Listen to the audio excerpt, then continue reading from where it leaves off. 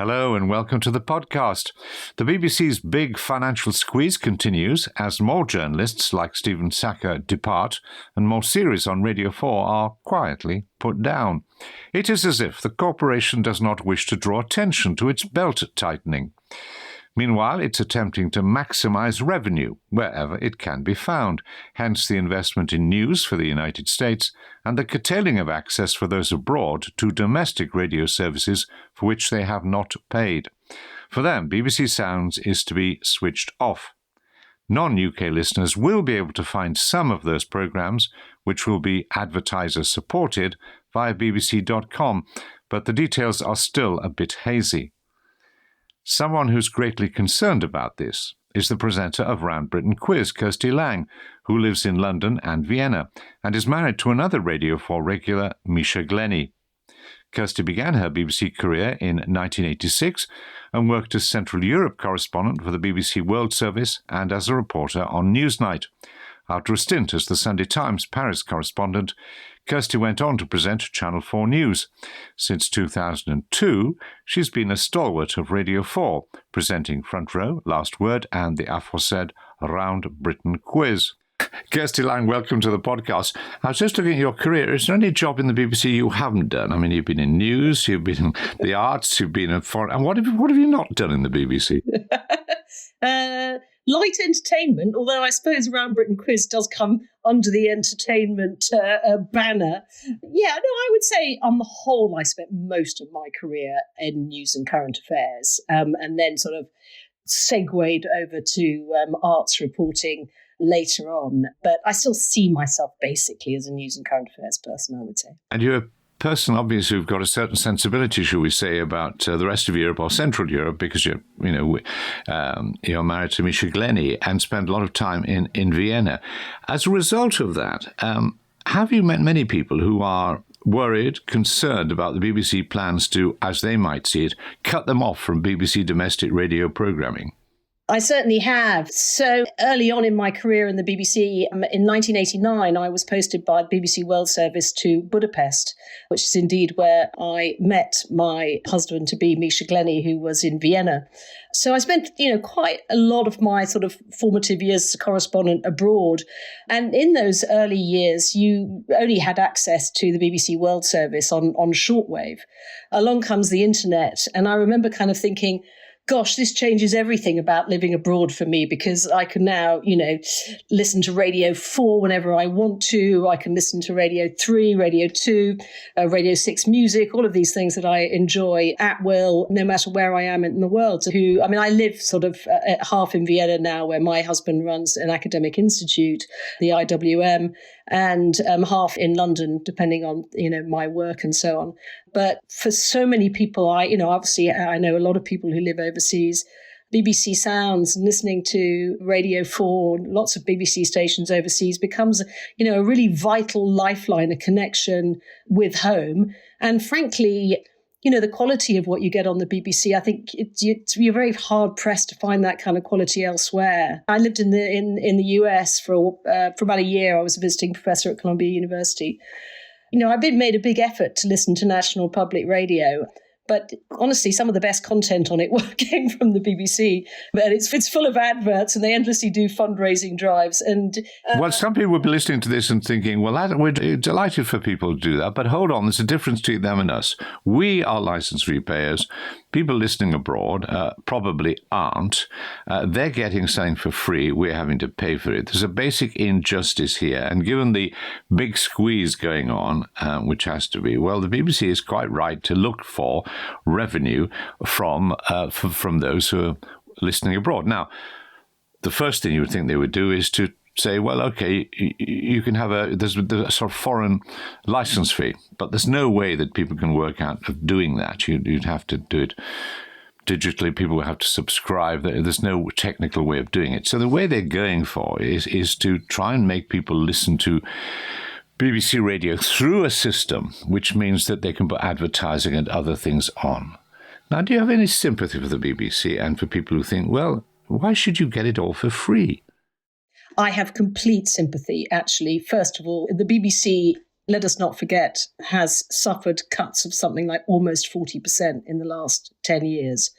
Particularly, and, I hold George Osborne accountable for this when he was Chancellor, forcing the BBC to take on responsibility for the over 75s licence fee and the World Service at that time. And of course, the licence fee has been frozen. So in real terms, the BBC has lost huge amounts of revenue. Added to that, of course, they have to compete in a world of streamers like Netflix, who have priced them out of the market when it comes to drama and so on. And I know that's something you've covered on your podcast. So you've got declining income and rising costs, and they are squeezed in the middle. And of course, the responsibility of the BBC is to its licence fee payers. I should say I am a licence fee payer, and lots of licence fee payers travel and go abroad. And I have been told that the BBC is looking at ways, and I had this confirmed by the press office this morning, for UK audiences to continue to use their Sounds app when they go abroad for breaks. I asked how long that could be. They said the time period hasn't yet been confirmed, but it will cover the usual holiday lengths rather than extended periods. Now, quite technically how they will do that, I do not know, but there's something... That's saying that if you're a license fee payer and you pay, if you go abroad, you should be able to continue to listen. For short periods, is what I've been told. But the principle that those who live abroad should not get BBC Radio for free a lot of people will think that's a good idea. However, the other argument, of course, is, and it's the argument applied to the World Service, is the question of soft power. Do you think this is exaggerated, this idea that the listening to BBC domestic radio, as well as the World Service, matters, contributes to Britain's influence in the world? Well, this is where I feel very, very strongly. And I think this is not the BBC's fault. I think this is our politicians, the government should be looking at this. The BBC is an incredibly important instrument of British soft power. And I don't believe that, the World Service does a very important job, but it's also a showcase of British culture, British music. The fact that people can listen to Six Music, this huge range of music that we produce in the UK, overseas, that you can listen to BBC audio drama. All sorts of people's favourite programmes, by the way, will not be available. They say BBC4 will be available, but not all of the programmes will be available, and we know that. For instance, my husband, Misha Glenny's history podcast, Inventing a Country, which is a very popular history podcast, we have been told will not be on bbc.com. Why would that be? I think I understand there are rights issues, but I do hear of a number of people who are producing podcasts who are being told, well, yes, we might carry your podcast, but you'd have to take out any third-party material. Now, if you've got a music program this gets very difficult. I can see how two people sitting in a room, that's not so much of a problem. But if you're doing any programs which involved external sources, material and so on, it appears, at least at the moment, that those programs will not be made available on bbc.com. Well, anything that contains music, for instance. I don't yet know about Round Britain Quiz. I've asked, but I haven't had an answer. But we do have music questions. And of course, there are rights issues. We should explain to people listening that the BBC had an amnesty on using music. So you didn't have to pay rights as long as you only play the music for a short time, because we're not a commercial station. However, the moment that we start selling podcasts abroad, putting them on commercial platforms, gaining advertising revenue, we then have to pay for music rights. So anything with music then is off the table. So any quiz that wishes to have a question relating to music, let alone being a quiz about music, is in trouble. I think that's right. But I want to get back to your point about the soft power, because I think now more than ever, really in our history, it is important for Britain to exert its soft power. The Russians and the Chinese are spending huge amounts of money on their overseas content, well, propaganda in their case. Russia today has a massive budget and pervades online, and indeed we hear many lines from Russia Today, which is essentially the mouthpiece for the Kremlin, being parroted by quite senior American politicians at the moment. So it's been quite effective. Same time as we can see that Voice of America, for example, has had its funding substantially cut, indeed may not have a future at all. And Radio Free Europe. And these are lifelines for many of large parts of Eastern Europe and Central Europe. And, I think this is so important. When I was a young reporter going behind the Iron Curtain at the end of the 1980s, I would rock up and say, I'm from the BBC. People would sort of break into smiles in kind of remote parts of Romania and Hungary and the former Yugoslavia and would say to you, oh my God, the BBC and the British Council, they were lifelines in the darkness in those days when we had no democracy. And, let's face it, lots of those countries don't have democracy anymore as we move towards this new form of populism. And they rely on the BBC. Spending our time in Vienna as you do, you can see so many places so close to you, well, let's say Hungary in particular, yes, where a democracy, if still exists, well, it does exist in a form, but is under threat, and certainly freedom of expression. Do you think there's a real chance that not just Hungary, but a number of countries bordering upon the Russia will start to crack down on freedom of speech, or are cracking down on freedom of speech? Well, they already are. I mean, Hungary, Slovakia is a case in point. We're seeing the rise of the far right across that region. And absolutely, freedom of expression is a serious concern. And, you can see that, not just in Eastern Europe. I mean, look at what's happening in Turkey at the moment. This fight for democracy is taking place across the world. Democracy is under threat. It has never been so under threat in my entire lifetime. And I think that our politicians should be cognizant of just how important the BBC is in this battle for hearts and minds, because our journalism is respected around the world. We have many, many listeners in America. So I sympathize with the BBC itself. I totally sympathize with what they're doing now. They need to generate more commercial revenue. I don't blame them for doing this. What I'm saying is the government needs to look at this, and it needs to put more money into the BBC. It's a small investment. The wars of the future will not be just fought on the battlefield. They will be fought for hearts and minds as well, as they always have done. I mean, people had traditionally thought this should be a battle about the World Service, and there's a big head of stint. I noticed that today we're speaking on Tuesday, Sir John Chewster, a former managing director of the World Service, together with a large number of other people who used to work with him and so on, are making a plea that it should be properly funded. I don't think it'll be mentioned in the Chancellor's statement, but that argument is going to go on over the Charter, and I think people are, if you like, prepared for that argument.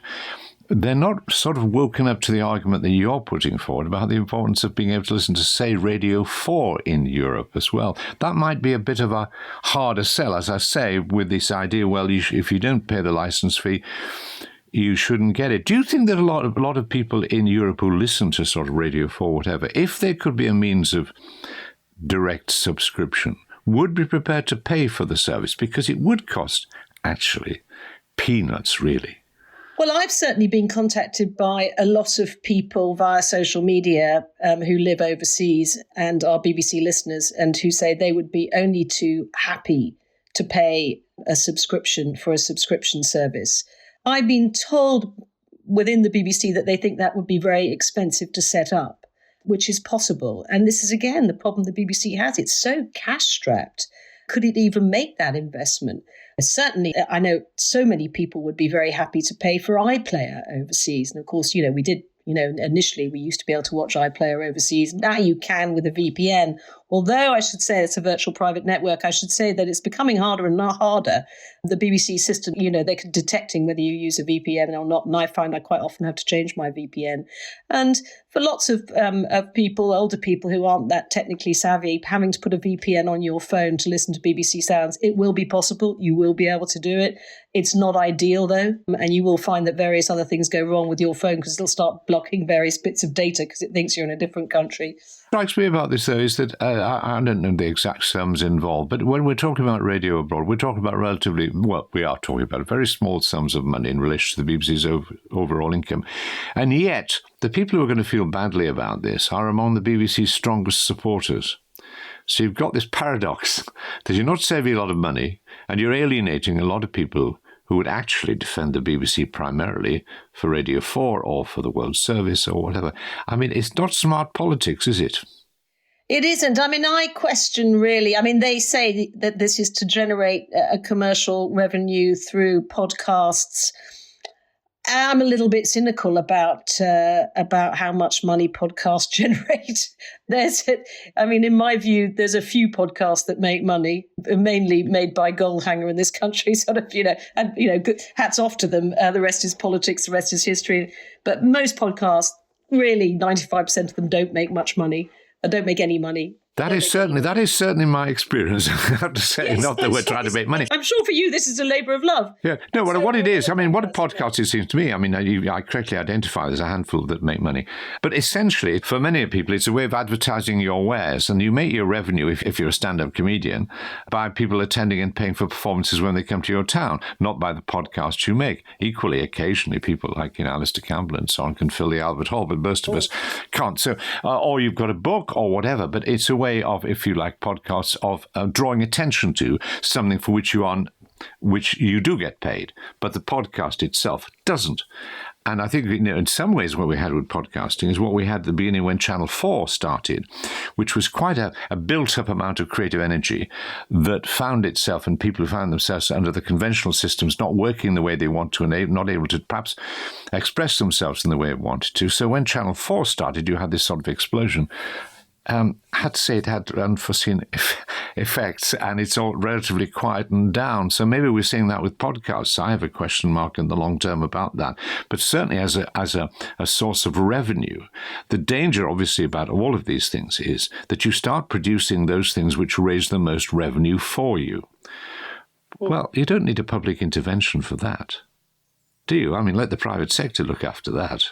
The public intervention is supposed to be largely for those things the private sector would deem either too risky or not popular enough or so on. And we as society might say, hold on, there are a rather large number of things, like learn about the history of Central Europe for a start and be realistic about the Russian imperialism because it keeps coming back at you, but understand it. Et cetera, et cetera, et cetera. Yeah, well, yes. Maybe we'll be wrong. Maybe the BBC will be able to generate large amounts of income through podcasts taking adverts and programmes taking adverts overseas. I sort of doubt it. I also feel that there wasn't very much consultation. The first I heard about this was listening to Radio 4's feedback programme and hearing that I was going to lose sound. And I felt pretty devastated by it. And I'm a Radio 4 broadcaster, and even I didn't know. Both my husband and I are both BBC broadcasters. We both wrote to our producers going, and will our shows be on this new platform? And neither of our producers knew at first. We then established that Inventing a Country would not be on bbc.com, or at least not so far. I've since been told that this is a work in progress. Again, they seem to be very vague about what is going to be on bbc.com. So bbc.com is this new platform that's being built, and I guess you could sort of say it will be, let's say, the equivalent almost to the sort of New York Times website internationally. So you'd have news, but you'd also have audio as well, and a lot of Radio 4 programs through that. But it's, as I say, it's quite unclear at the moment exactly what is going to be on bbc.com, which will be our way of accessing BBC audio once BBC Sounds shuts down. And again, we don't have an exact date for that. They originally said it was the spring, but what does that mean? Is that next month? Is it the month afterwards? I don't know. I think it's quite interesting, isn't it, that the guy, of course, who pushed the New York Times in this direction, and which BBC is now copying, is the former BBC Director, Mark Thompson, who was particularly successful in doing that. I think that, in a way, you wonder whether this is this the correct word, performative? I'm not quite sure about that word, in the sense that the BBC got itself into a situation where it felt it had to show government that it was maximising its income. And indeed, a large number of people were appointed onto the BBC board whose primarily expertise were marketing, sales, etc., hardly, in my view, creative, but never mind. So it's saying, OK, we accept, we've got to do that. So it doesn't matter so much whether we're going to raise it, but revenue, we must be seen to be doing this. But it's also symptomatic, it seems to me, and here I'm entirely prejudiced, of a very effective Director General who, essentially a business-minded person who decided, probably correctly, that there was no point arguing with the previous government about this. You had to get on, cut your cloth, Everybody shut up. We have to do this. We've got to show that we can make economies, and then perhaps we can go and make a case. And he's not a man particularly, I think, who welcomes vast dissent, and once a decision is taken, expect it to be implemented. The problem with that is the whole question that you raised earlier, which is accountability. We as licence fee payers are supposed to own the BBC, but the amount of consultation about any of these strategic issues is, shall we say, minimal. And you get the sense in which decisions made, say, 18 months, 2 years ago, we only find about them when they're actually going to action and therefore have little chance of reversing those. And I think this is, again, particularly if I can move across to the situation with Radio 4 itself, which I can't remember. Maybe it happened. It didn't happen in my time on feedback, when the controller of Radio 4 said to his audience, look, I've got to make cuts of this level. This is how I'm approaching it. Tell me what you think, but I have to make some cuts. And, there's an argument, of course, whether you should cut radio as much as you cut elsewhere. But then when you look at Radio 4 cuts, what's actually been happening, unseen largely until it becomes evident, is you extend magazine programs, because that's the cheapest way of doing things, and news programs. You start to eliminate those short series, which are valued but cost additional sorts of money. News takes out things like Hard Talk. Stephen Sacker is now leaving the BBC. So you reduce drama because that's expensive, and you change the nature of drama actually to simplify it, fewer voices and so on. So with all of this is what we might call the big squeeze. And you hope, apparently, that the audience doesn't notice until it's implemented anyway, and then doesn't make too much of a fuss. None of this amounts to, maybe understandable in terms of the dramatic loss of the BBC's income in real terms. But essentially, it's not accountability, is it? It's not openness. It's not saying to its mature audience, look, these are the options. This is what we think we must do. Tell us what you think, but don't tell us just to spend more in every area. It's, we'll do it, and let's hope they don't squeal too much, and let's hope they don't notice.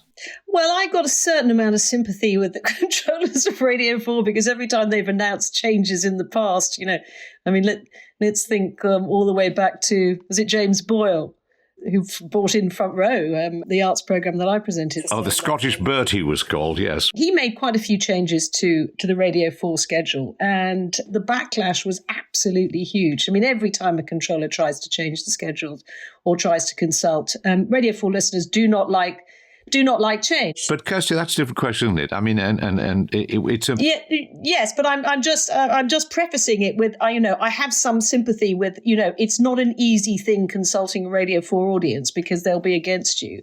But that is one side of it. But yes, we are licence fee payers. We do own the BBC, and I do think that, for instance, this particular recent decision about BBC Sounds has been taken without consultation. On the other hand, as you say, they'll say, well, we serve licensee payers. Who cares about people who live overseas? Fair enough. But the difference surely between making change and experimenting, which is what they should do, and indeed the people like us perhaps are rather conservative on our tastes, or maybe just love programs and we're suspicious. Yeah, that's always going to happen. You try something new, and there's going to be people who are going to listen to the first program saying you're mad. But that's simply part of the creative process. What we're trying here is essentially downsizing of the BBC and essentially reducing budgets. But how do you consult about? I would say to people, you feel angry about this, write to your MP, because you're right. The BBC Radio 4 has been salami sliced for years now. When I was first on presenting Front Row in the early 2000s, I would regularly go off around the country to, see a play at the Crucible in Sheffield, see an exhibition in Liverpool or Newcastle or whatever. By the time I left, I never left the studio because it was too expensive. And the programme had extended from half an hour to 45 minutes. And it was all chat in the studio because chat is cheap. And they couldn't really afford to send us off to different parts of the country. I appreciate that the Today programme is very often presented from outside of London, and that's important and so on. But I give it as an example of just how tight money is. That, programme on Radio 4, and the budgets are tiny in radio. I don't think people quite realise how small they are, that you literally can't afford a train fare. It is this reporting that goes missing, because in a sense, reporting at its best tells you things things you didn't know. But then if you didn't know it, you don't know you're missing it if you're not told about it. So it's a paradox. If there's a big news story and you don't cover it, the audience spots it. But the story or the reporting that doesn't happen, the story that isn't revealed, the reporting that isn't done, is often not noticed. Why would it be noticed? But gradually over a period, what the BBC is ceasing to be able to do in particular is to report upon its own country, to make drama about its own country, about different parts of the country, to enable us that old sense in a fragmented world to talk to each other and understand people who have different experiences from our own. A vital element of democracy, which is, I don't exaggerate, but is certainly more difficult now than it was. What strikes me, it's just going to end of our conversation, is why doesn't the BBC fight back? I mean, I said earlier, I understand in an unsympathetic government why you just put your head down. I know now with a budget, well, Chancellor's statement, she's cutting things that no one would have dreamed the Labour government would have to do, but they have to do something about the borrowing debt and so on. But it's an extremely difficult time. But the BBC surely has to find a way of making the case to the public.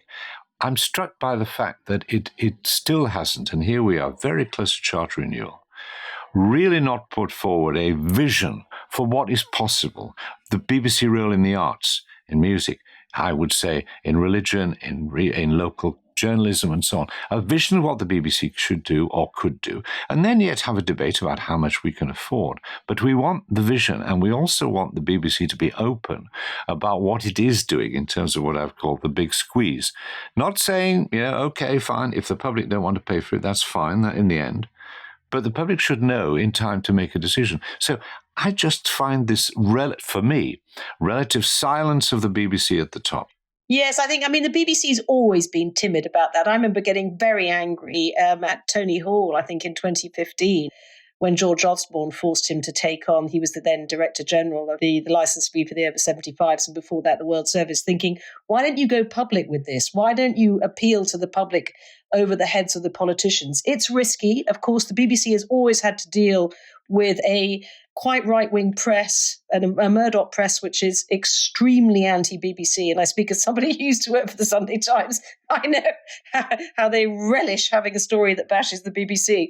So they're very defensive because they're constantly under attack.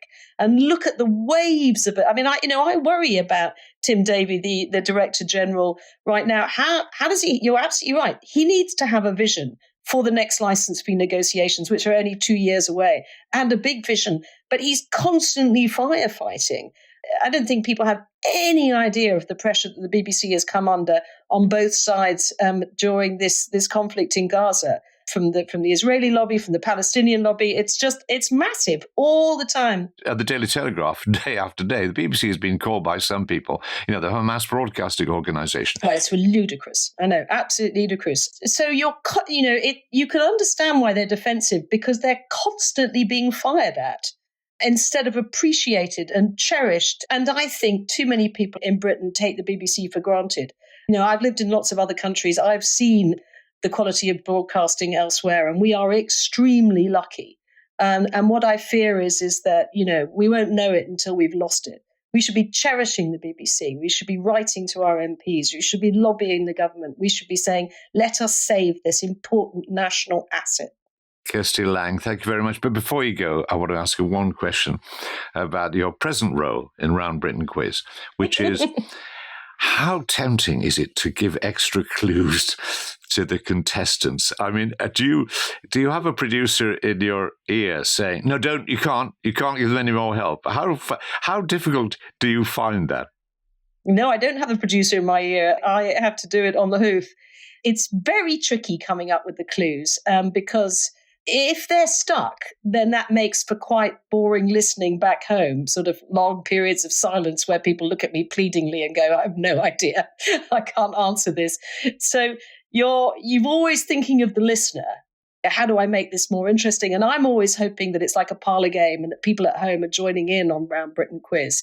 But it's a difficult balance, really. But I don't think it's not about winning, is it? It's about taking part and having fun, both the panellists in the room but above all for the listeners. Are there times when you think, thank God I'm not a panellist? I think that all the time I'm so full of admiration for our panellists. I honestly could not answer any of those questions on my own. They're impossible. I could probably answer, sometimes one or two elements, but there are 6 points to every question in Round Britain Quiz. And I'm in awe of the way their brains work. It's quite extraordinary. Their recall for subjects right across the board, from sort of pop trivia to, ancient history to science, and it's the periodic table or whatever. It's quite extraordinary. But I love doing it. It's a real privilege, actually. And when you finished, are you exhausted? I mean, there are shows you can present. I did one or two of them where you're quite tired at the end, but on the whole, you sit back at various points when there's a bit of a report in or another thing. This one's pretty full on, isn't it? Don't you come out, to be honest, knackered? I do. My brain feels tired because you're really trying to concentrate. And although I try and prepare some clues in advance, you don't always know what they're going to get and what they're not going to get. So you do have to focus. Yeah, and at the same time, make it, listenable and jolly and. Well, you do. Thank you. Thank you very much, Kirsty Lang. All right, thank you. Our thanks to broadcaster and writer Kirsty Lang. And you don't have to pay the license fee for our podcast, but for less than the price of a cup of coffee each month, you can support us. You can do this by either a one-off payment on our crowdfunding page or regularly by signing up to patreon.com/BeebWatch for £1.99 per month. By signing up to Patreon, this will also entitle you to my weekly blog, which gives my take on the week's interview. You don't have to read it. The link to this and to our crowdfunding page can be found in the description of this program. That's it for this week. And as you probably know, this podcast is presented by me, Roger Bolton, and it's produced by Kate Dixon. The sound is by Dave Kitto, and special thanks to Quinn Genty.